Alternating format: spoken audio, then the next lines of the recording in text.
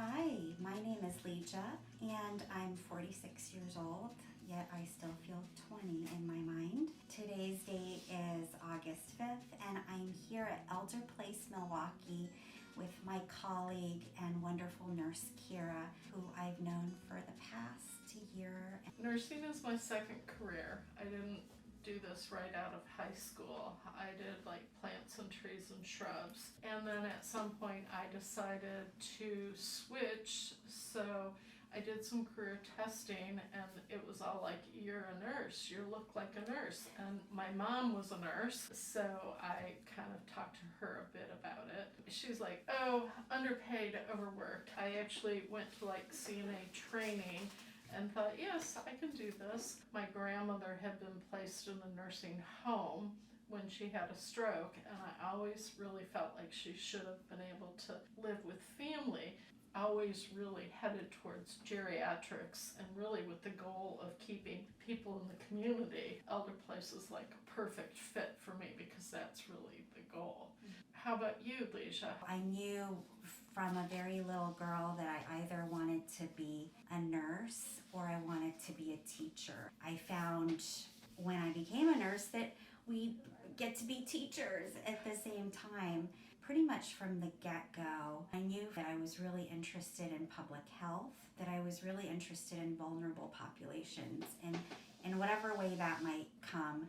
And so I was exposed to geriatric populations pretty early. I've been working with this population for the past 20 years.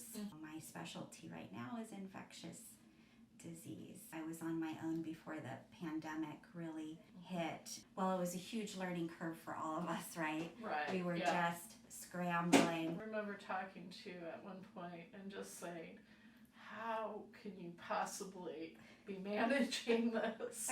For me, it was really moment to moment. I think if I had looked at the bigger picture at that point, it would have been too much. I remember you just being so proactive when we were first getting word and saying, we need to start fit testing, we need to get these N95s in, and just really not having a whole lot of information, but you were so proactive about it. I knew from the H1N1 pandemic in 2005 that we were going to need N95s. And what happened this time was I called our program director, our nursing program director, and our supply person, and I said, we need N95s right now.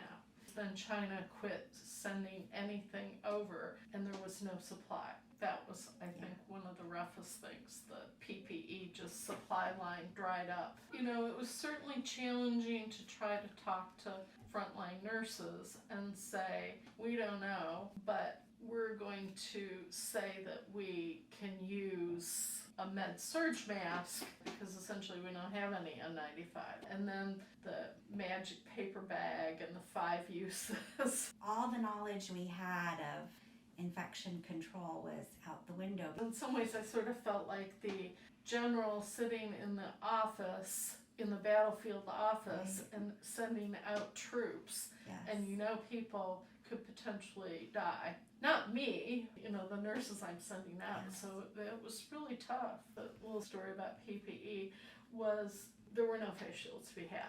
But I discovered that there were face shields at Harbor Freight Tools. So I went and bought every face shield at the local store. And then I called the entire nursing supervisor team. And we went to every Harbor Freight from Pendleton to Longview, Washington, to Salem and Albany, and every Portland store, and bought all the face shields. So we essentially ended up with enough face shields to give each nurse a face shield. You were nominated for Nurse Hero of the Year, and I think when you tell that story and how you proceeded with such a challenging time, it's just really beyond phenomenal. How did you feel getting that award? Well, I'm like the kind of person who really looks at nursing as a team game. I feel like I'm sort of the tip of the iceberg. Big iceberg is all the Providence Providence nurses and the ElderPlace nurses and the nursing supervisor group, and you who are like looking at these things from sort of a bigger perspective. And so for me being nominated, it's almost a little embarrassing because I kind of feel like it's really a team sport. Nursing is a team sport, but I do appreciate the fact that I was acknowledged. And you too were nominated for that award. You did a tremendous amount of work right out of the gate. When you took this position, you had no idea that you would have a once-a-century pandemic. It's even hard now to fathom